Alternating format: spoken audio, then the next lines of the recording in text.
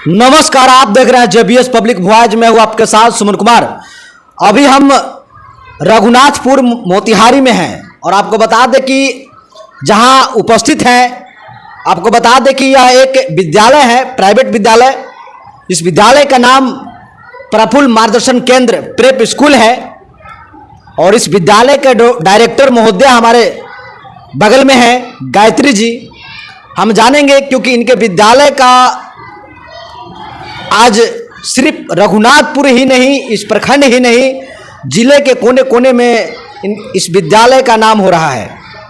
जैसे हमको जानकारी मिली है इस विद्यालय के बारे में, हम भागते हुए आए हैं और मैम से बात किए हैं कि आखिर कहाँ पर ये विद्यालय है, सारी विशेषताएं, क्या क्या सुविधाएं मिलता है इस विद्यालय में, किन किन बच्चों को पढ़ाए जाते हैं, किस तरह पढ़ाए जाते हैं, किस पैटर्न में पढ़ाए जाते हैं, सारी जानकारी हम आपको इस वीडियो के अंदर में एक एक करके जानकारी देंगे। सबसे पहले मैडम, आपको हमारे चैनल में स्वागत है। Thank you sir.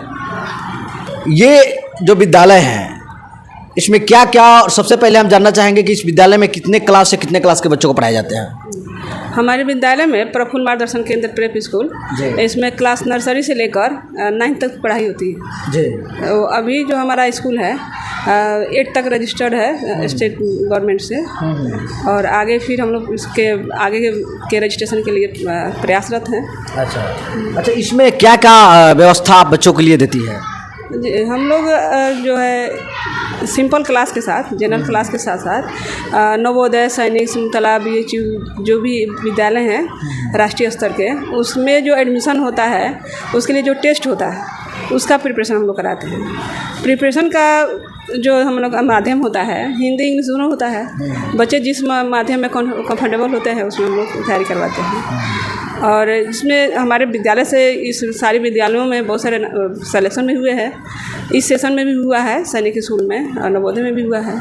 कितने दिनों से ये विद्यालय चल रहा है? ये लगभग 2013 में हम लोग स्टार्ट किए थे इसको, और हर सेशन में लगभग हमारे यहाँ अगर परसेंटेज की बात करें रिजल्ट की तो 85 to 95% हो जाता है जी। अभी टोटल कितने बच्चे हैं जो आपके इस संस्था से किसी न किसी, जैसे सैनिक स्कूल हो गया, अदर जगहों पर जा चुके हैं?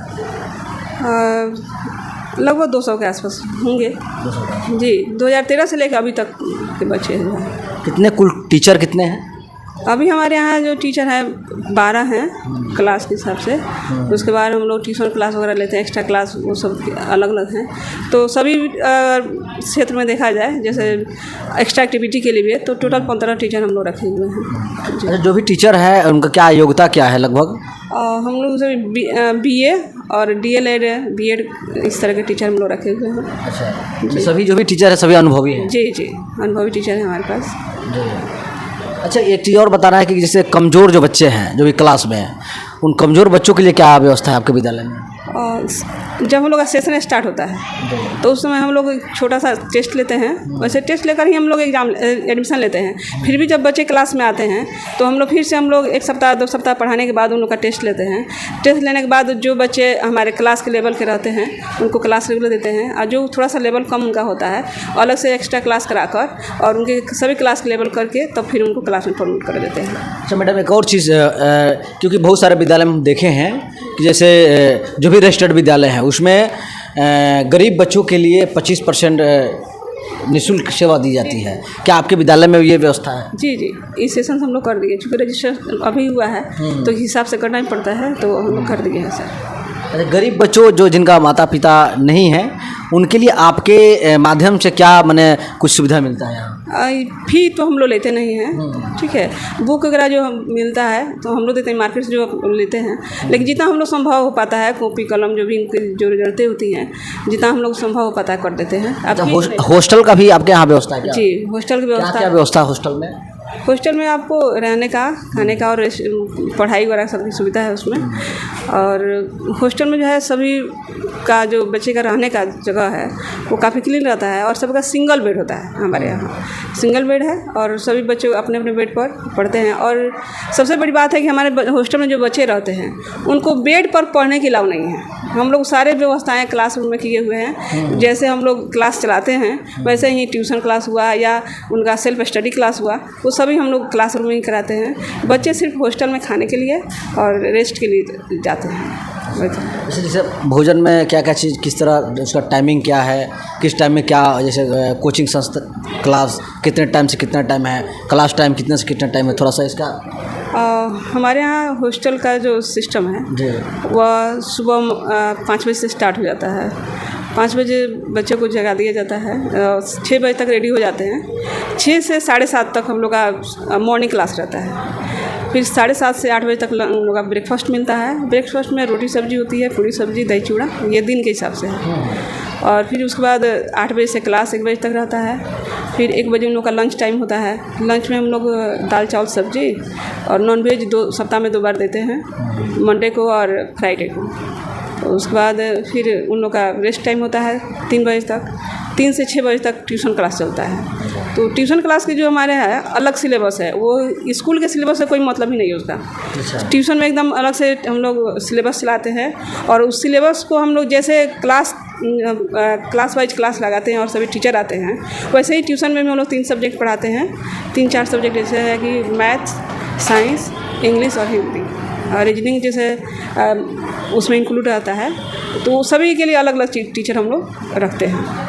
फिर 6 बजे हम लोग का शाम का ये स्नैक टाइम होता है। उस समय जो भी हल्का फुल्का नाश्ता हम लोग देते हैं, जैसे भुजा वगैरह होता है, बिस्किट, समोसा वगैरह ये सब। फिर 7 बजे से रात के 9 बजे तक वो लोग नाइट का क्लास करता है। उसमें होमवर्क टाइम रहता है, उसमें कोई टीचर नहीं रहते हैं, हम लोग सेल्फ उसका गाइडिंग करते हैं। और 9 बजे फिर उन लोग का डिनर टाइम, डिनर में रोटी सब्जी दूध ये डेली रहता है। अच्छा, जो भी पेरेंट्स इस वीडियो को देख रहे हैं, अगर वो चाहते हैं कि वो भी अपने बच्चों को बेहतर शिक्षा के लिए आपके पास लेकर आए, तो उनके लिए क्या लोकेशन, किस तरह उनको आना होगा, थोड़ा सा लोकेशन बता दीजिए। जी, हमारे विद्यालय का जो लोकेशन है, तो अगर आप मोतिहारी से बाहर रहते हैं तो मोतिहारी में सबसे पहले मोतिहारी आना पड़ेगा।